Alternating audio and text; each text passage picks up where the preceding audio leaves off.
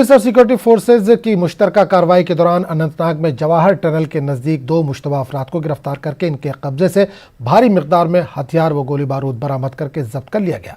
तफसीलात के मुताबिक फोर्सेज ने एक मुसद्दका इत्तला मिलने की बिना पर जम्मू अखनूर से आने वाले एक माल बरदार ट्रक को रोक लिया और तलाशी करने पर US made M4 rifle, AK-47 rifle, 6 चीनी पिस्तौल व भारी मिकदार में गोली बारूद बरामद किया गया। गिरफ्तार शुदगान की शनाख्त चोटीपुरा शोपियां के बिलाल अहमद और शाह नवाज अहमद मीर के तौर पर की गई है। फोर्सेज और पुलिस ने अकोरा अनंतनाग में मुश्तरका कार्रवाई के तहत मजीद 2 OGWs को गिरफ्तार किया। ये कार्रवाई फोर्सेज की जानिब से अकोरा में एक मोबाइल नाका कायम करने के बाद अंजाम दी गई। गिरफ्तार शुदगान के कब्जे से एक पिस्तौल, 2 ग्रेनेड और काफी तादाद में गोलियों के राउंड बरामद किए गए हैं। केस रजिस्टर कर लिया गया है और एक स्पेशल टीम मुकर्रर की गई है जो इसकी इन्वेस्टिगेशन करेगी। 2 people have been arrested. One is Shah Nawaz Ahmad Mir of Bandujan, Shopia, and the other is Bilal Ahmad Kote of Chotipura, Shopia. To last year, the recruitment is not higher. There was some sharp rise for the last few months, but we have been able to contain it.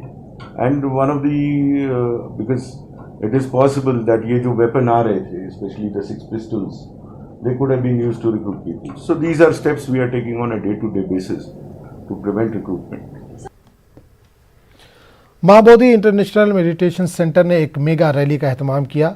Hind चीन तनाज़े के चलते rally में जंग की मुखालफत और अमन की हिमायत की गई। मेगा रैली में तमाम मज़ाहिब के नुमाइंदों ने शिरकत की। मेगा रैली में कहा गया कि जंग से किसी भी मसले का हल मुमकिन नहीं है।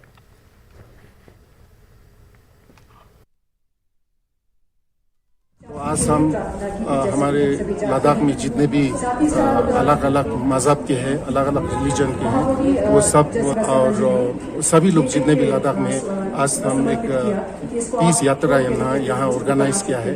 बॉर्डर का प्रॉब्लम है, उसको पीसफुली सुलझा है, जो वार अवॉइड का है, जितना हो सकता है वार।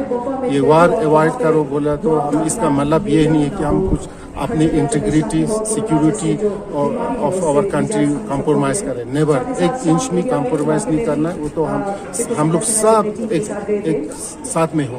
All the people of Ladakh stand with the Indian army and India, उसमें कोई डाउट नहीं। लेकिन हम लोग एक रिलीजियस पर्सन होते हुए हमें अभी भी उम्मीद है, we have still hope, confident कि this problem, this border dispute can be resolve, can be sorted out through peaceful dialogue, through peaceful means, not through war. Hindustan Aeronautics Limited को एक बड़ी कामयाबी मिली है। HAL ने यूटिलिटी लाइट हेलीकॉप्टर तैयार किया, इसका मुजाहरा किया। हाल ही में हिमालयाई खित्ते में सतह समंदर से 3300 मीटर ऊंचे और 32 से 0 डिग्री दर्जा हरारत में इसका 10 दिनों तक इस्तेमाल किया गया। लेह से उड़ान भरकर सतह समंदर से 5000 मीटर दौलत बेग ओल्डी में इस हेलीकॉप्टर ने अपनी ताकत का मुजाहरा किया। हाई एल्टीट्यूड वाले सियाचिन ग्लेशियर में भी इस हेलीकॉप्टर ने अपनी ताकत का मुजाहरा किया। जम्मू कश्मीर में कोरोना वायरस के रिकॉर्ड केसेस सामने आए हैं। यूटी में पिछले 24 घंटों के दौरान 1617 अफराद कोरोना से मुतासिर पाए गए, जबकि 17 कोरोना मरीजों की मौत हुई है।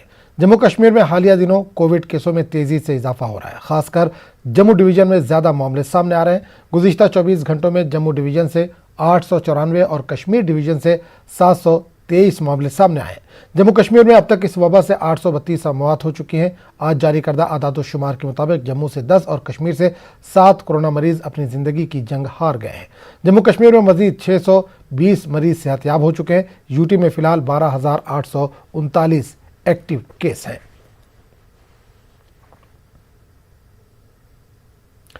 राजौरी में कोरोना वायरस के मामलों में इजाफा हो रहा है और 2 दिनों में 5 अमवात हुई हैं। जिले में फिलहाल 299 पॉजिटिव केस हैं। इस मौलिक वबा से बचने के लिए एहतियात जरूरी है, लेकिन लोगों को इस मामले में गैर संजीदा देखा जा रहा है। कई अफराद मास्क के बगैर घूम रहे हैं और सरकारी गाइडलाइंस पर भी अमल नहीं हो रहा है।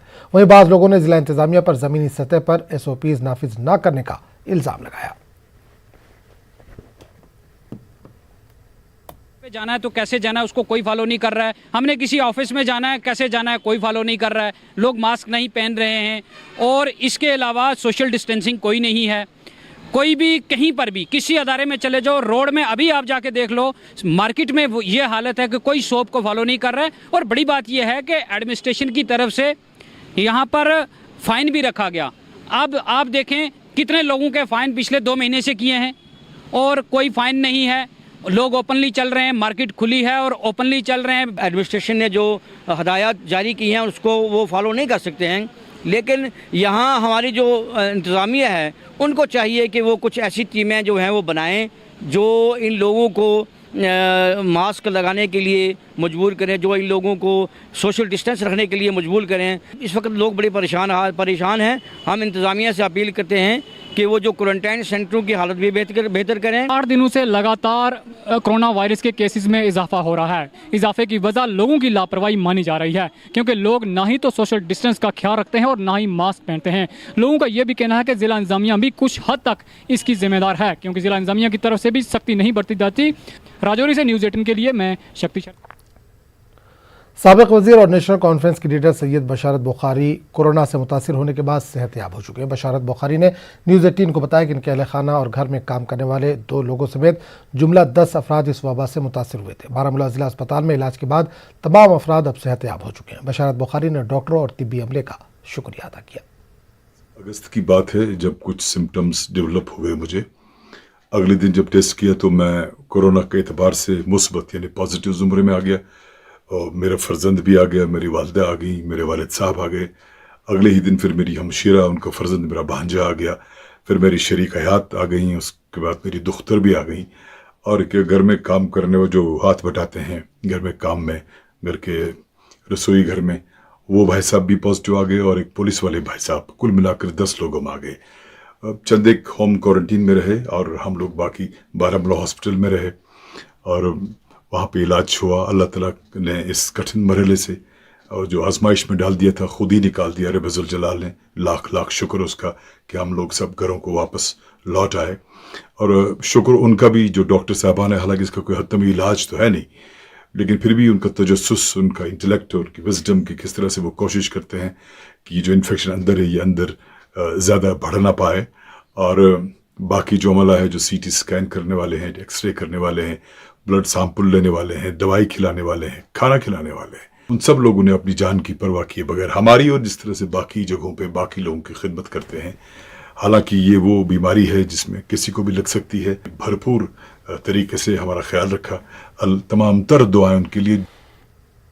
जम्मू कश्मीर में भी कोरोना के साथ मुकाबला करने के लिए डॉक्टर्स, नीम तब्बी अमला और NGOs पेश हैं। मुश्किल वक्त में मरीजों की मदद के लिए एहसास ट्रस्ट इंटरनेशनल 300 डॉक्टरों की खिदमत ले रही है। इस बात का ऐलान ट्रस्ट की तरफ से एक प्रेस कॉन्फ्रेंस में किया गया। मरीज इन खिदमत के लिए टोल फ्री नंबर 18008892 पर रब्ता कर सकते हैं।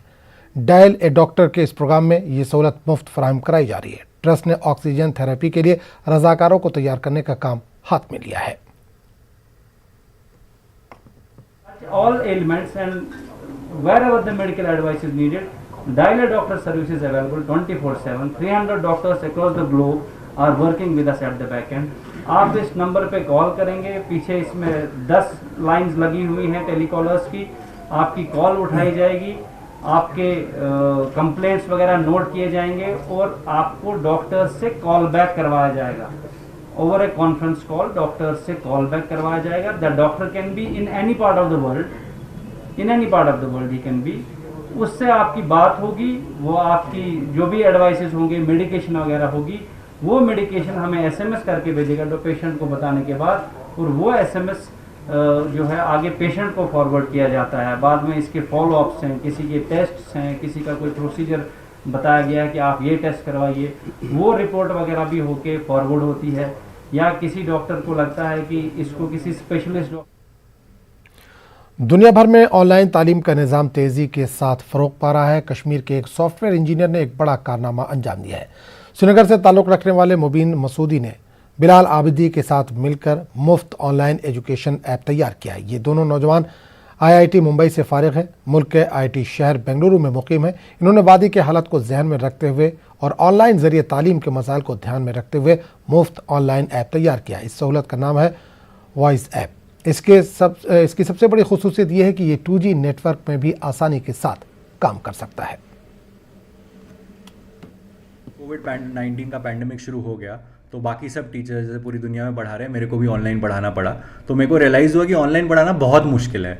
एक तो बहुत सारी चीज़ों का इस्तेमाल करना पड़ता है ऑनलाइन पढ़ाने के लिए, और वो सब इस्तेमाल करने के बाद भी बहुत सारे चैलेंजेस है, स्ट्रेट फॉरवर्ड नहीं है। और जो टीचर होते हैं जिनके पास उतने बढ़िया मोबाइल ना हो, या जितना उनको मोबाइल यूज़ करने का उतना आदत ना हो, उनके लिए तो ऑनलाइन पढ़ाना और भी मुश्किल होता है। तो इसलिए मेरे को रियलाइज़ हुआ कि ये ज़रूरत है कि एक ऐसा एप्लीकेशन हो, जो हमने एप्लीकेशन बनाया वाइज ऐप, जिसमें एक ही जगह में ये सारी चीज़ें हो जाए, जहाँ टीचर आसानी से लाइव क्लास भी ले सके, बच्चों को स्टडी मटेरियल भी दे सके, असाइनमेंट भी दे सके, और डिस्कशन कर सके, उनसे डाउट्स क्लियर कर सके, सारी चीज़ें एक जगह पे हो जाए। मैं खुद टीचर हूँ और मैं टीचरों की और बच्चों की क्रिटिकल प्रॉब्लम्स को समझता हूँ। तो उन प्रॉब्लम्स को समझ के मैं अपने दोस्त से बात की, बिलाल आबिदी, जो यूपी से है। 15 जुलाई को इस पे काम करना शुरू किया, और लास्ट वीक ऑफ जुलाई में 28 जुलाई को हमने एप्लीकेशन लॉन्च कर दिया।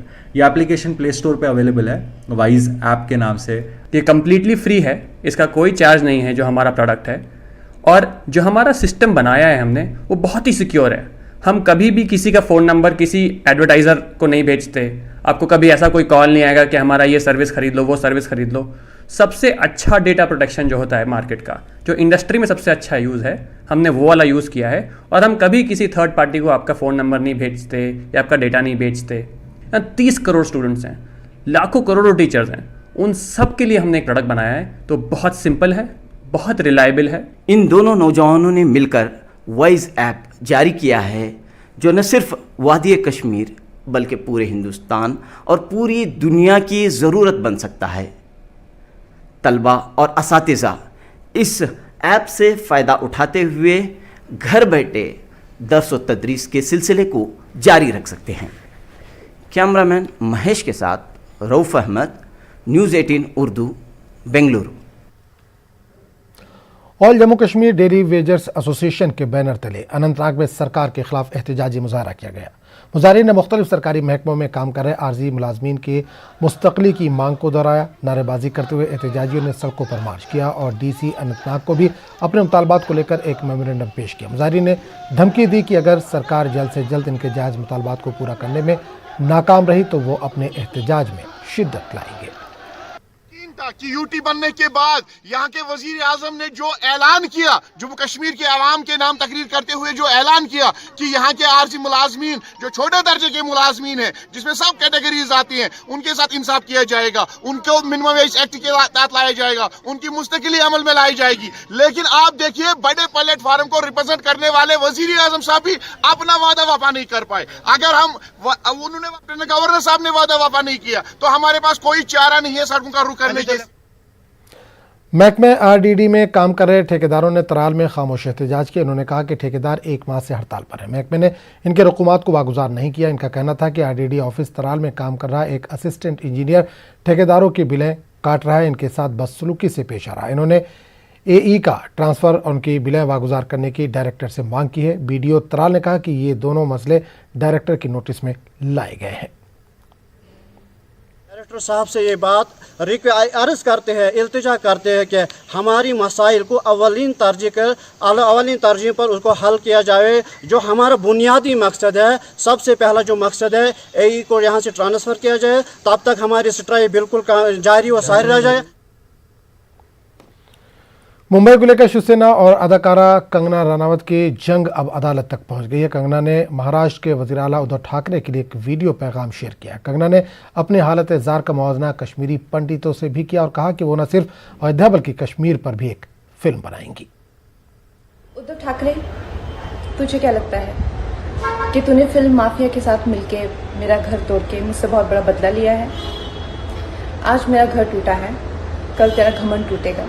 और मुझे लगता है कि तुमने मुझ पर बहुत बड़ा एहसान किया है, क्योंकि मुझे पता तो था कि कश्मीरी पंडितों पे क्या बीती होगी।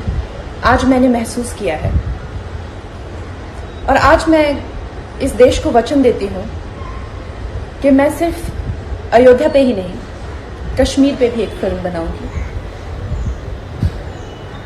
और अपने देशवासियों को जगाऊंगी। बांडीपुरा के मलिंगाम इलाके में हरे भरे दरख्त काटने की शिकायत मौसूल हुई है। तफसीलात के मुताबिक इलाके में कंपार्टमेंट नंबर 21 में स्मगलरों ने मुतादिद दरख्त काट डाले। रेंज अफसर बांडीपुरा के मुताबिक लॉकडाउन के चलते इलाके में जंगलात को नुकसान पहुंचाया गया और महकमे जंगलात ने अब तक स्मगलरी के वाक़यात को लेकर 8 मामला दर्ज किए हैं। इन मामलात में अदालत में चालान भी पेश किया गया है। रेंज अफसर के मुताबिक इलाके से 108 मुकब फीट इमारती लकड़ी जब्त की गई है। खबरों का सिलसिला जारी रहेगा, लेकिन एक छोटे से वक्फे के बाद।